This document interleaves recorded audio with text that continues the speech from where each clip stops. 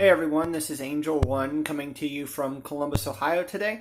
Today we're going to start a little mini-series on the U.S. Constitution, specifically the Bill of Rights, the first 10 amendments to the Constitution. I may even include the 27th Amendment to the Constitution, as it was originally introduced as part of the Bill of Rights. It just wasn't ratified until I think the early 80s. I'd have to look to be 100% sure when that was done. But what's going on? One of the resource references I am going to use today is a 2008 book, give or take, by Glenn Beck's Arguing with Idiots. I think that's when it was published. Let me take a look real quick. I didn't look at this, I'm sorry, to see when it was published. 2009. It was published in 2009. There may be quotes. I'm just using it because it's got a ready available writing and all the amendments in the U.S. Constitution. So there may be quotes, there may be information I use from this book. I want to give credit to Glenn Beck and his publisher, because this is an information source that I am going to use. And when I use it, if I use a quote from it, if I read from it, I'm going to cite it. I'm going to cite what page. And I'm going to do it here live to make sure that Glenn Beck gets the credit, that it is not my work, it is his, and I'm using it as a resource reference. So, first and foremost, I'm going to start off with the First Amendment and a few of the things, but I want to specifically start off with the COVID-19 mask restrictions and the COVID-19 mandates when it comes to public gatherings, religious gatherings, you name it. We all are going through it, and how it is so unconstitutional that this is exactly what the document, the law of the land, was written to prevent, this kind of government influence and government control over the people. And it is just so disgusting that this is happening. I mean, a lot of people say it is constitutional because, it's a medical emergency. Well, no, it's not. It isn't, for a multitude of reasons. So, the mask mandate, you gotta, wear the face, and the mask out in public, can't have more than 10 people gathering in any specific location, businesses closing, etc., etc. So, the first and foremost I'm going to say this, I'm going off the book here, but specifically just to read the Constitution. First and foremost, these COVID-19 masks, these mandates, are not laws. They never went through Congress. So, are these really rules that can be enforced? Well, the answer is no. But yet they're being treated as laws. But I'm going to read from the Constitution here. Article 1 of the Constitution states that all legislative powers herein granted shall be vested in a Congress of the United States, which shall consist of a Senate and House of Representatives. Didn't see anything in there. All legislative powers, all powers to write the laws, are given to the Congress. I went through all 50 state constitutions. They have something very similar in there, that all legislative powers goes to the state Congresses, which includes a state Senate and a state representative, House of Representatives, and a Senate in the federal level. Nowhere in there does it say that the governor can say, there has to be a mask mandate, everyone must wear masks in public, or you will be fined for something. No, they can't say that. They can't do that. That is not a power that the governors have. It specifically says that all legislative powers are granted to a Congress, not the governor. So these mask mandates right there are not laws, nor can they be enforced as such, but yet they are. Point blank, they are. So, that being said, the way that the First Amendment is written, it says, Congress shall make no law. Well, that doesn't mean that the governor can come in and do that. The reason being that they wrote it as Congress shall make no law is Congress is the sole lawmaker. It's a delegated power. No other branch of government has the ability to write laws. That's why it says that the way that it is, because they assumed we would be smart enough to figure that out. But apparently we're not. So, I'll go to read the First Amendment. Congress shall make no law respecting an establishment of religion, or prohibiting the free exercise thereof, or abridging the freedom of the speech, or the freedom of the press, or the right for the people to peacefully assemble, or or to petition the government for a redress of grievances. Okay, so let's go on with this. Okay, so we've already determined that the law cannot be made by the governor. The mandates cannot be made by the governor. That's unconstitutional. So the question is could the Senate, could the state Senate or the state representatives make a state law in regards to this to hold the mask mandates? The answer is, well, no, they can't do that either. Why? Because the First Amendment limits the power of what the Congress can and can't do as laws. Why? Because to prevent exactly something like what's happening. Congress shall make no law respecting the establishment of religion or prohibiting the free exercise thereof. Can any of you really go to church right now? Nope. And it ain't the Congress that's doing it. It's the governors. Any questions? They specifically says, they shall not do this. But yet, you can't even go to church right now because of a health crisis. I'm sorry, but nope, you can't do it. This is not a constitutional law. They cannot, under any circumstances, do this.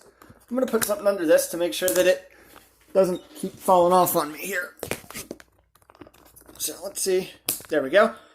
They cannot do this. It's totally and completely unconstitutional for them to mess with this at all. It just is. There's no way for them to do this. Also, one thing I would like to mention here, and I am going to kind of cite Glenn Beck's book on here, was separation, this is the only time in the Constitution that religion is mentioned. Is separation of church and state mentioned in there? Nope, sure isn't. So does it exist? Well, in theory, no, it doesn't. However, the only time that the phrase separation church and state was mentioned was in a letter, and I am going to read from Glenn Beck's book, the Arguing with Idiots book, page 287, in regards to the Bill of Rights here, onto what separation of church and state really is. The separation of church and state actually was first written in a letter by Thomas Jefferson to the Danbury Baptist Association in 1802, which is a total of about 15 years after the Constitution was written.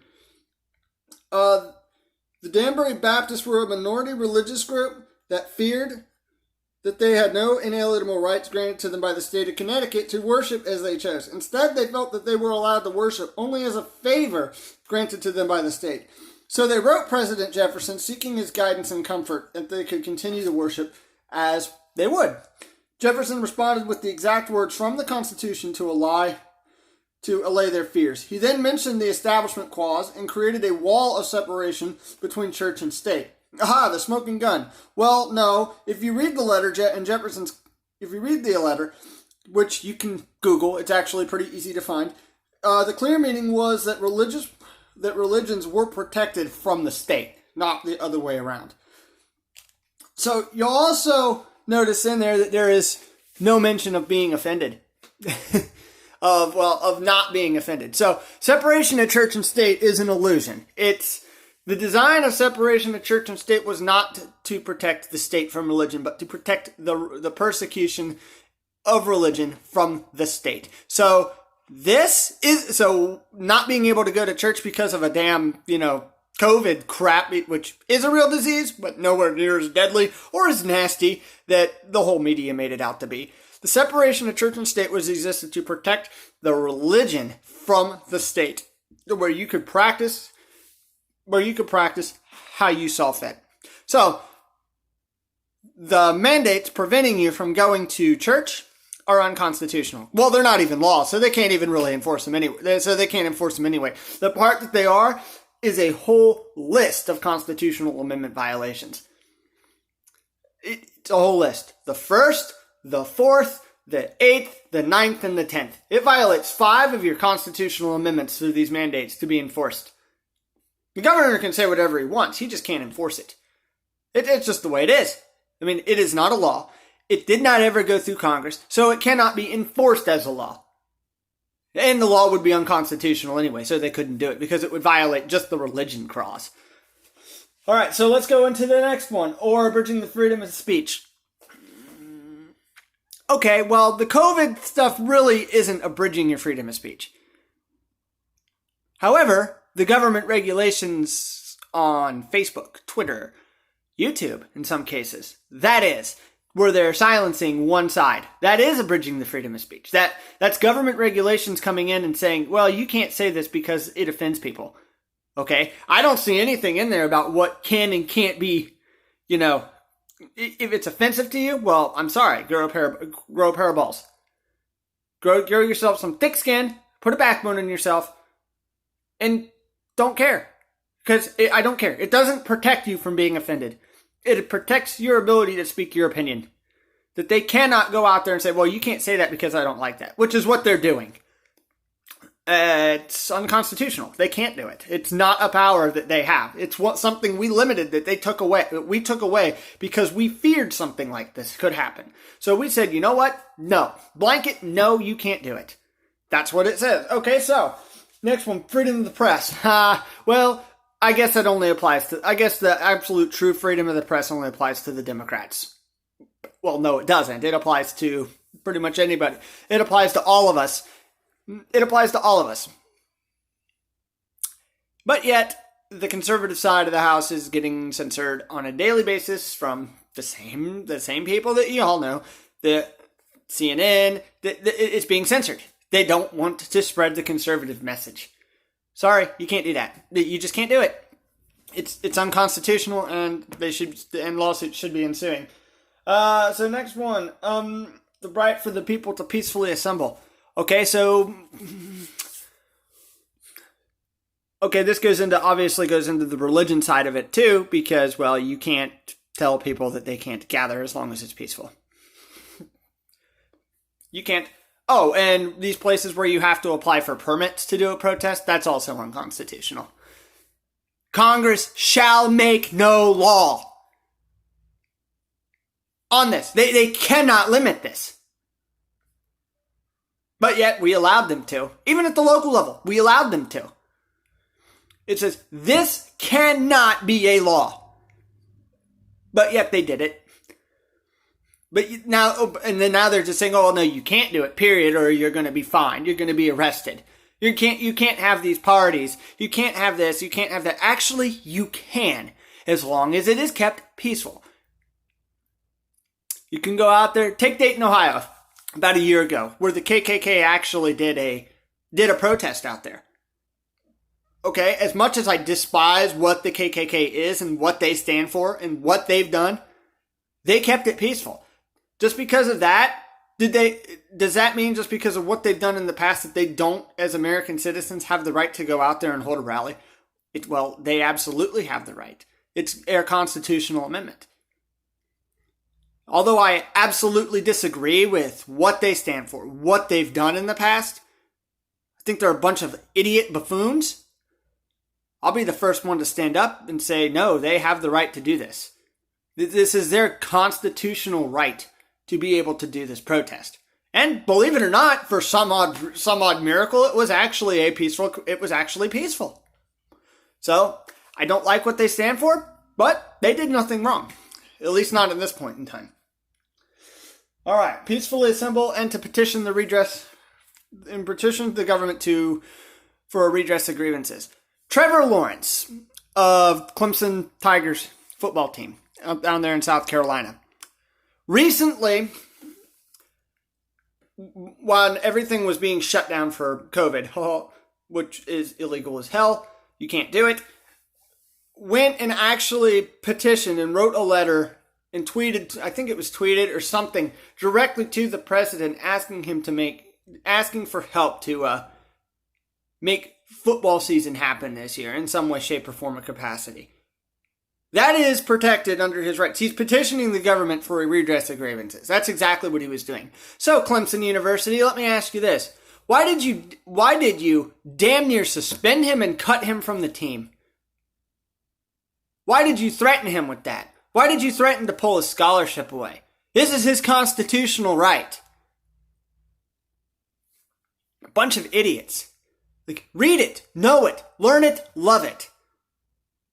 This is being violated on a daily. The First Amendment rights is one of the most, it's incredibly, incredibly important for obvious reasons. The part that we have it makes America great. So this absolutely needs to stop being violated. COVID, these lockdowns, everything need to stop immediately. They are unconstitutional. They are illegal. So when are we the people going to take to the streets and be like, no, we've had enough of this lockdown stuff. But yet, the ones who are going to protest the lockdowns are the ones being arrested, not the rioters of burn, loot, murder, not the rioters of Antifa. They can do whatever they want. They don't even have to wear masks because it doesn't fit the narrative. You know what? If you guys want a civil war, just keep pushing it. Just keep pushing it, government, because it is bigger than that. The people will rise up and they will take over and they will remove you from office. It's only a matter of time. I would just say that you guys need to act, the powers that be need to actually read and understand what this means and need to actually take it at its word because we the people do. And it's pissing us off that you're not. So correct it or we will.